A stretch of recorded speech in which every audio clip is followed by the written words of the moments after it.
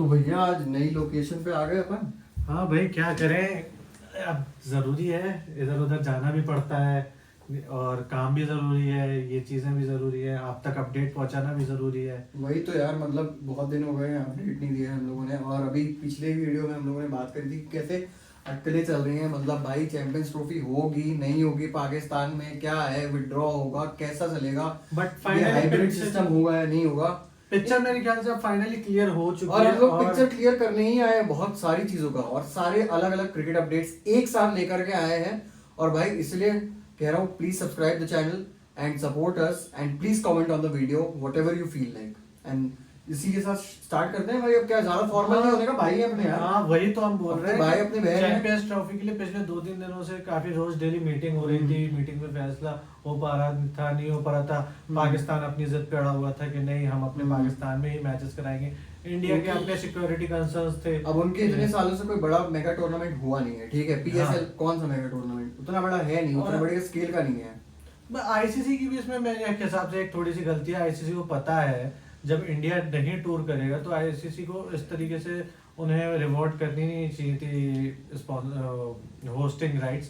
But I think इसमें अब जो फैसला निकल के आ रहा है वो ये है कि अब हाइब्रिड मॉडल में होगा और मे बी दुबई में इंडिया अपने मैचेस खेलेगी और बाकी मैचेस पाकिस्तान और में मुझे तो नहीं लगता है, जिस हिसाब से अभी तक जितनी मीटिंग्स हुई है, मुझे तो नहीं लग रहा किसी भी हिसाब से कि कोई ऐसा सीन होगा। क्योंकि देखो आईसीसी ने अपनी तरफ से ये भी ऑफर कर दिया है कि हम आपकी तरफ जो भी आप बाहर पुश करवाएंगे विल पे फॉर दैट। हाँ, उसके लिए एक्स्ट्रा फंड भी अलॉट कर दिया है, जो पहले कम था अब उसे इंक्रीज कर दिया गया है आईसीसी द्वारा। तो इसमें पाकिस्तान का ही फायदा है, उनके लिए फंड इंक्रीज हो गया है और अच्छी बात है पाकिस्तान क्रिकेट के लिए। अब सिक्योरिटी कंसर्न्स तो हमेशा से, अब पाकिस्तान के बोर्ड के लोग और पाकिस्तान के मीडिया वाले ये बोल रहे हैं कि थोड़ी इंडिया की दूसरी फील्ड्स के, दूसरे स्पोर्ट्स के प्लेयर्स इंडिया पाकिस्तान में खेलने आ सकते हैं। लाइक शूटिंग का वर्ल्ड कप हो गया या हॉकी हो गया। हॉकी तो बेसिकली नहीं, बेसिकली दूसरे event like shooting and all, wrestling and all, उसके प्लेयर्स आ सकते हैं। तो वो क्या प्लेयर्स नहीं है। बात ये है, प्रोमिनेंस की भी बात होती है ना यार। वही बात ये है ना कि अब विराट कोहली, रोहित शर्मा जाएंगे, वो बड़े स्टार है। और जब कोई टेररिस्ट ऑर्गेनाइजेशन ऐसी होती है तो जब वो किसी बड़ी हस्ती को टारगेट करती है तो उस हिसाब से वो कहते हैं उनका इम्पैक्ट भी ज्यादा होता है, उनकी आवाज दूर तक पहुंचती है। इस वजह से security concerns Indian cricket team के साथ ज्यादा है, क्योंकि यहाँ पे हमारे खिलाड़ी ज्यादा फेमस और ज्यादा बड़े स्टार्स हैं। और भाई बिल्कुल होने भी चाहिए भाई। जिस तरीके से श्रीलंका के साथ जो वो एक्सीडेंट हुआ था, we never want to repeat that again and that too exactly. हम लोग तो ये होता नहीं देख सकते। तो सिक्योरिटी, मेरा तो बल्कि एक सवाल है, तुम्हें क्या लगता है रोहित शर्मा विराट कोहली जाएंगे पाकिस्तान अगर खेलने भी जाना होगा तो? अब वो डिपेंड करता है प्लेयर्स के ऊपर भी। सुनने में तो ये आया I don't think so. नहीं, जब बात चल रही थी Because even they have their own security and they have their own everything. और तुमको भी पता होगा यार क्या है। वही तो मैं बता रहा हूँ। इससे कुछ टाइम पहले, अभी एक महीने पहले के आसपास बात चल रही थी कि इंडियन खिलाड़ियों वहां जाना चाहते हैं। तो ये सुनने में आया था, ये पता चला था कि बहुत से ऐसे इंडियन खिलाड़ी भी हैं जो खुद पाकिस्तान जाना पसंद नहीं करते हैं, जिन्होंने खुद बीसीसीआई को बोला है कि हम वहां नहीं जा सकेंगे क्योंकि हम सेफ फील नहीं करते। और जहां आप सेफ फील नहीं करते हैं वहां जाना सही खेलने में ध्यान भी नहीं लगेगा यार, आपका दिमाग उसी में अटका रहेगा। और भाई बेन स्टोक्स भाई मेंटल हेल्थ के लिए उसने ब्रेक लिया था क्रिकेट से ब्रो, तो ये बहुत छोटी बात नहीं है और ये बहुत सही रहता है। मेरा तो हमेशा से यही मानना है, precaution is better than prevention. Exactly, यही होना भी चाहिए लाइफ में भी। खैर, प्रिकॉशन प्रिवेंशन से याद आया यार, मतलब अभी जो प्राइम मिनिस्टर 11 के साथ जो प्रैक्टिस मैच सॉर्ट हुआ, उसका भी अपडेट मतलब हम दे ही देते हैं। क्योंकि भाई उसमें दिखी एक अलग सी चीज कि एक तो भाई अलग सी चीज उसमें ये है बेसिकली कि Rohit Sharma was available. Rohit Sharma is back as captain, he was playing also, but he didn't open the innings. But he didn't open the innings, and moreover, the openers performed yet again. और ये तो हमारे लिए अच्छी बात है ना कि ओपनर्स परफॉर्म कर रहे हैं। फाइनली केएल राहुल भी परफॉर्म कर रहे हैं। और केएल राहुल तो हमेशा से जाने भी जाते हैं विदेशों में, सेना कंट्रीज में सेंचुरीज मारने के लिए, और वो बैक एंड टच है, ओपनिंग स्लॉट पे खेल रहे हैं। तो आई थिंक वहां से छेड़छाड़ नहीं करना चाहिए, क्योंकि बीजीटी आपके लिए इतनी इंपॉर्टेंट सीरीज है। और अगर किसी प्लेयर ने किसी पोजीशन पे परफॉर्म कर दिया है तो मेरे हिसाब से छेड़ना भी सही नहीं होगा। और ये रोहित शर्मा का एक तरीके से बड़प्पन है और एज अ कैप्टन लीडरशिप भी शो करता है कि वो टीम के हित के लिए अपनी पोजीशन भी कुर्बान करने को तैयार है। बिल्कुल बिल्कुल, और जैसे वो गांगुली नीचे ने खेल किया रहे था, हैं। जैसा गांगुली करते हुए हैं, धोनी करते हुए हैं, he is just moving with He's that same replicating thing ना। और हर किसी को करना भी चाहिए यार, न्यू हाँ। Talent you have to promote it, otherwise आपका फ्लरिश नहीं करेगा वही क्रिकेट। आप पाकिस्तान क्रिकेट को देख लीजिए। वही तो पासिंग द बैटिंग नामी चीज होती है। दूसरे यंग खिलाड़ी को जब आप अपॉर्चुनिटी दोगे, जब वो परफॉर्म करेंगे तभी आपके अंडर वो नर्चर होंगे। उसके बाद जब आप टीम से जाएंगे तो आपकी टीम का ट्रांजिशन बहुत स्मूथ होगा। बहुत सी टीम्स का ट्रांजिशन इतना स्मूथ नहीं हो पाता है, काफी हिकअप्स आते हैं। देखिए जैसे कि बांग्लादेश और श्रीलंका की टीम अभी तक ट्रांजिशन फेज में ही है। श्रीलंका की टीम तो जब से जयसूर्या और संगकारा मलिंगा ये लोग रिटायर हुए हैं तब से ट्रांजिशन फेज में ही चल रही है। बट अभी रिसेंट जो टेस्ट परफॉर्मेंस श्रीलंका ने दी है, वो अच्छी आई एम होपिंग कि वो ऐसे ही परफॉर्म करते जाए और श्रीलंका की टीम वापस उसी लेवल पे पहुंचे जिस लेवल पे पहले हुआ करती थी। एग्जैक्टली और साथ ही साथ मतलब एक और यहाँ पे बहुत ही अच्छी चीज जो हुई, मतलब अच्छी भी हुई है और मतलब थोड़ा एक क्वेश्चन भी बनता है दिमाग में कि शुभमन गिल ने कर लिया वापसी। शुभमन गिल वन डाउन पे बंदे ने बना लिया 50 रन्स और मतलब अच्छा खेला, he was doing in a very good touch. तो यहाँ पे क्या होगा, मतलब Virat will come one down और will he just know Virat तो वैसे भी कम्स टू डाउन ना। Shubman Gill will come one down और उनकी जगह देवदत्त पडिक्कल खेल रहे थे फर्स्ट मैच में। देवदत्त पडिक्कल का वैसा कुछ परफॉर्मेंस भी नहीं आया दोनों ही इनिंग्स में। तो सिंपल है, Devdutt Padikkal will so basically one down की पोजीशन जो है वो खाली हुई। तो इसका मतलब ये नहीं कि विराट कोहली मतलब आएंगे या शुभमन गिल फोर्थ पे जाएंगे, वो मतलब शुभमन गिल का तो वही स्लॉट है। तो Shubman Gill will come in place of Devdutt Padikkal and Dhruv Jurel जहां तक मेरे ख्याल से बाहर जाके उनकी जगह वो आएंगे रोहित शर्मा हमारे कैप्टन, एज अ कैप्टन वो वापस आएंगे। तो यही दो चेंजेस मैं फील करता हूँ एडिलेड टेस्ट के लिए, पिंक बॉल टेस्ट में। हालांकि एडिलेड से हमारी काफी एडिलेड में बताना चाहूंगा कि ऑस्ट्रेलिया कभी हारी नहीं है वैसे। और एडिलेड में डे नाइट टेस्ट में, पिंक बॉल टेस्ट में डे नाइट टेस्ट में ऑस्ट्रेलिया कभी हारी नहीं है। और लास्ट बीजीटी सीरीज में आप सभी को पता है डे नाइट टेस्ट मैच में क्या हुआ था, इंडिया 36 ऑल आउट हुई। वैसे रील्स और मीम्स के हिसाब से देखा जाए तो पहला मैच ऑस्ट्रेलिया वर्ल्ड कप में भी हारी थी। वो अब आप कुछ भी कह लीजिए, तो इसके बाद क्या हो सकता है वी नेवर नो। बट फिलहाल टीम मतलब 36 ऑल आउट हॉन्ट कर सकता है टीम इंडिया को। वो हो चुकी है एडिलेड में पिछले बीजीटी सीरीज में 36 ऑल आउट। तो उस चीज का कॉन्फिडेंस भी शायद ऑस्ट्रेलियन पेसर्स लेके आएंगे कि हम पिछली सीरीज में इन्हीं बैट्समैन लगभग ऑलमोस्ट यही थे। कुछ प्लेयर्स रहे जैसे कि यशस्वी जायसवाल और ध्रुव जुरेल एंड ऑल, बट एक बार 36 ऑल आउट टीम इंडिया को कर चुके हैं ये। तो वो भी सोच रहे होंगे कि क्योंकि पिंक बॉल में ना लैकर ज्यादा होता है, शाइन ज्यादा होता है, तो उसमें मूवमेंट ज्यादा मिलती है। और कंपेयर टू जो रेड बॉल होता है वो सुबह स्टार्ट होता है, तो उसमें स्टार्टिंग में स्विंग मिलता है। और यहाँ शाम की हवा जब ट्वेलाइट होता है ना, जब सूरज ढल रहा होता है और फ्लड लाइट चालू होती है, उस समय बॉल बहुत ज्यादा हिलता है। तो वो फेज को इंडिया को संभल के गुजारना पड़ेगा। और बार बार इन्होंने जो 36 पे ऑल आउट बोला, तो उससे अगला जो हमारा अपडेट है वो आ रहा है कि वैसी परिस्थिति से निकाल करके इंडिया को उस समय जो कैप्टन थे उन्होंने जो जिताया, वो जो गावा का घमंड तोड़ा, वो कैप्टन आज केकेआर के कप्तान बनते हुए नजर आ रहे हैं। हाँ, ऐसी खबरें आ रही हैं। टाइम्स ऑफ इंडिया ने रिपोर्ट किया है कि अजिंक्य रहाणे को Kolkata Knight Riders as a captain appoint कर सकती है। हालांकि हम सब सोच रहे थे कि वो क्या कहते हैं वेंकटेश अय्यर को कैप्टन बनाया जाए, क्योंकि उनके पीछे उन्होंने 23 करोड़ रुपए खर्चे किए और उनके पीछे इतना भाग्य। और एक्चुअली में आईपीएल में एक ट्रेंड से चल गया है कि मतलब यंगस्टर्स को ही प्रेफर कर रहे हैं लोग कैप्टन बनाना। हाँ, या तो वो बिल्कुल ही world cup winning captain types ले रहे हैं कि एकदम हाँ पैट कमिंस है, हम पैट कमिंस बनाएंगे, नहीं तो या तो शुभमन गिल है, okay he is looking a new talent. जैसा कि हमने अपनी केकेआर वाले वीडियो में डिस्कस भी किया था कि हमने जो प्लेइंग 11 बनाई थी उसमें प्लेइंग 11 में रहाणे की जगह फिट नहीं हो रही थी। बट अगर वो कैप्टन बनते हैं तो अलग डायनामिक्स हो जाएगा। वो तो सारे मैच खेलेंगे और तो वो कैप्टन है। हालांकि ही is a very good leader. उन्होंने अभी मुंबई को रणजी ट्रॉफी, मुझे उनकी चेन्नई वाली परफॉर्मेंस जो अभी उन्होंने रिसेंट में करी है ना ब्रो, मतलब आप बिल्कुल अपना गेम चेंज कर रहे हो।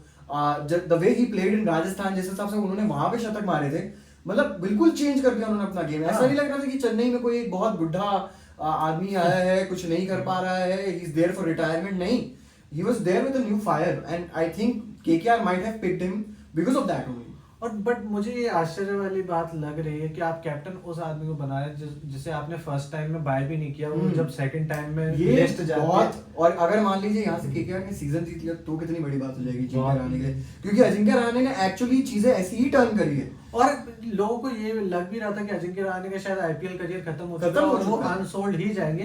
हमें भी ऑक्शन देखते में यही लग रहा था, बट केकेआर के साथ वो एक सीजन खेल चुके हैं चेन्नई में जाने से पहले, एक दो सीजन खेल चुके हैं चेन्नई में जाने से पहले, और वो कहते हैं फ्रेंचाइजी से नोन भी है, तो मेरे ख्याल से वो उन्हें दे सकते हैं। उनके पास एक्सपीरियंस, बहुत एक्सपीरियंस, और उन्हें पता भी है किस सिचुएशन में कैसे हैंडल की जाता है। 36 पे ऑल आउट से वो आदमी जिता रहा है ब्रो आपको। हाँ, तो he is a great player, and test match का प्रेशर ही अलग होता है। और वो आदमी यंगस्टर्स को भी बहुत ज्यादा कॉन्फिडेंस नर्चर देता कर, है। He was nurturing the youngsters यार। लास्ट टाइम अराउंड बीजेटी में भी जब आपकी टीम के आपके पास 11 प्लेयर नहीं थे, आप खिलाने के लिए आप नेट बॉलर्स बॉलर्स को लेके आया और आपने गाबा का घमंड तोड़ दिया। तो he is a proven he knows how to actually handle a team and even if there is a very dire situation. Yes, exactly. So I think he's a good pick He's for a a captain, good but pick. very surprising pick if that would be like. But अभी official हुआ नहीं है। देखो official- KKR ने ये अपने सिर्फ- से एक पोस्ट भी डाला है अजिंक्य रहाणे के स्टैट्स बताते हुए। हाँ, ये सिर्फ अभी रिपोर्ट्स हैं कि अजिंक्य रहाणे कैप्टन बन सकते हैं, बट मेरे हिसाब से is a great choice. But देखते हैं अब क्या होता है, किसी कैप्टन बनाया जाता है। कुछ ऐसे ही एलएसजी के जो एलएसजी बोल दिया एलएसजी के जो चेयरमैन हैं, उन्होंने अपनी एक तरह स्टेटमेंट दी है जिनसे वो भी थोड़ा चाहते हैं कि थोड़ा टीम का जो है ना वो पीआर चलता रहे।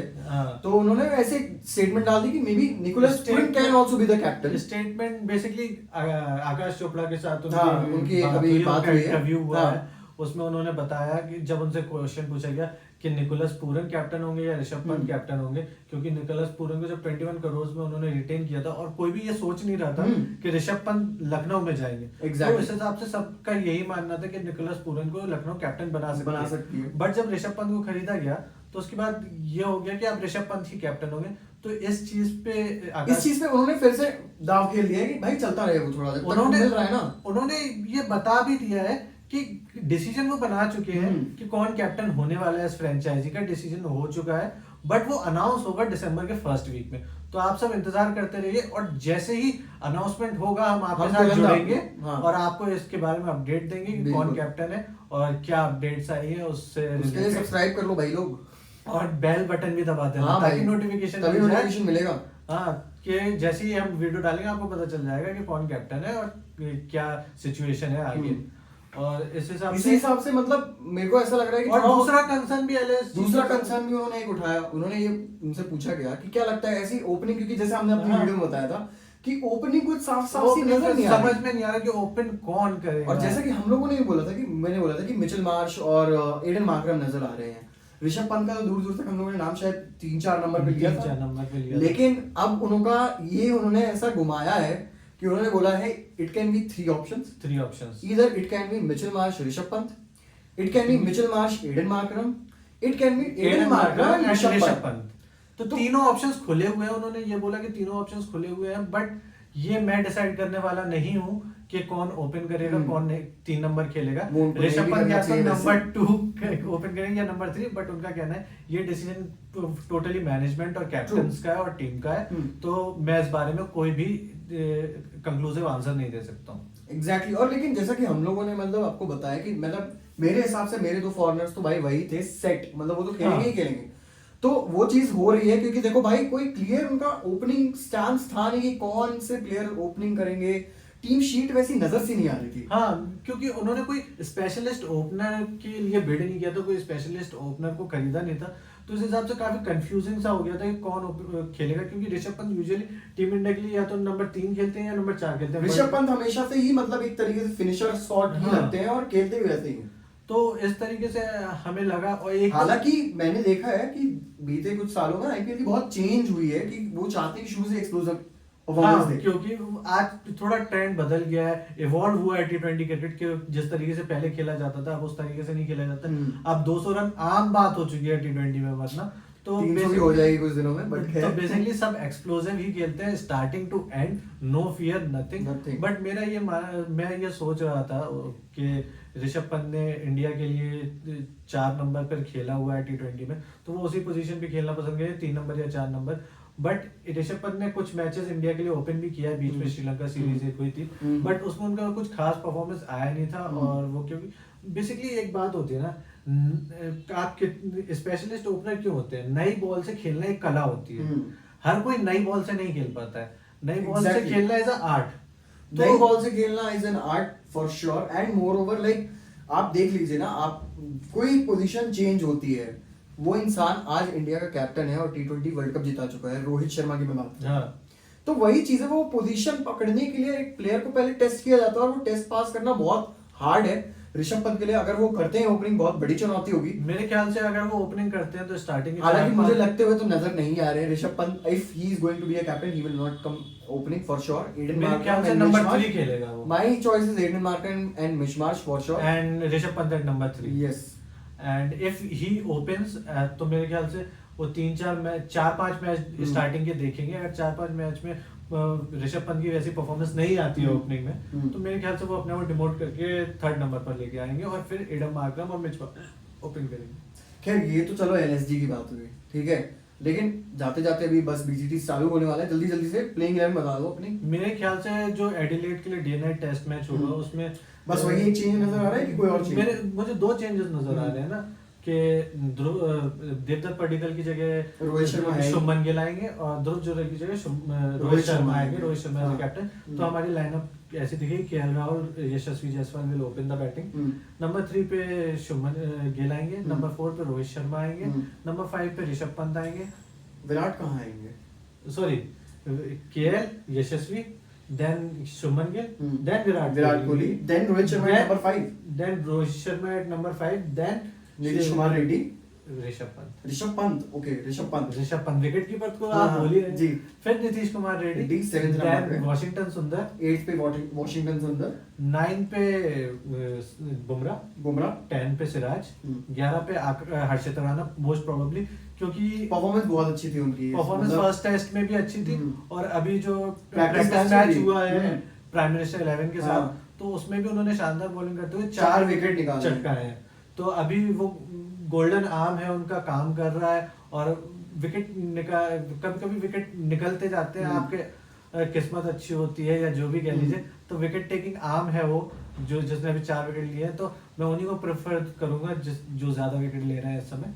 तो हर्षित बेसिकली मतलब अश्विन रन्ना को इस मैच में मतलब मैच में नहीं मिलेगा। अश्विन रन्ना को दिख भी नहीं रहा है खेलते हुए, क्योंकि जरूरत मतलब स्पिनर्स की उतनी नजर नहीं आ रही। प्रैक्टिस मैच में भी आपने देखा कि वॉशिंगटन सुंदर ने बॉलिंग करी, वो कहते हैं रविंद्र जडेजा ने भी बॉलिंग करी, बट अश्विन फील्ड पर ही नजर नहीं आया। अश्विन ने ना बॉलिंग डाली ना बैटिंग करी, और दोनों ने एक विकेट भी लिए।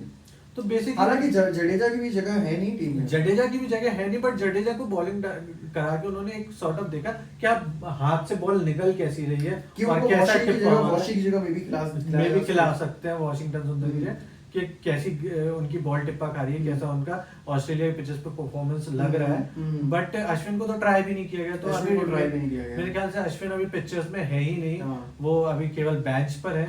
अगर कोई सिडनी या मेलबर्न के मैच में मे बी उन्हें मौका मिले, बट अभी एडिलेड के ग्राउंड में तो उन्हें मौका मिलता हुआ दिख नहीं रहा है मुझे। चलो खैर, ये तो सारी थी अपडेट्स, और इसी के साथ भाई लोग प्लीज लाइक करो, सब्सक्राइब करो, शेयर करो इस वीडियो को, शेयर करो और जुड़े रहो। हम लोग और अपडेट्स लेके आते रहेंगे। और आपको अगर कोई भी और जुड़ी जानकारी चाहिए हो या कोई भी अपडेट चाहिए हो, आप कमेंट में हमें बता सकते हैं। हम आपके कमेंट का जरूर रिप्लाई देंगे। और साथ ही साथ अभी we are travelling, so you might see a little more different backgrounds and locations, so please bear with it. Okay, चलो भाई, मिलते हैं अगले वीडियो में। चलो टाटा बाय बाय।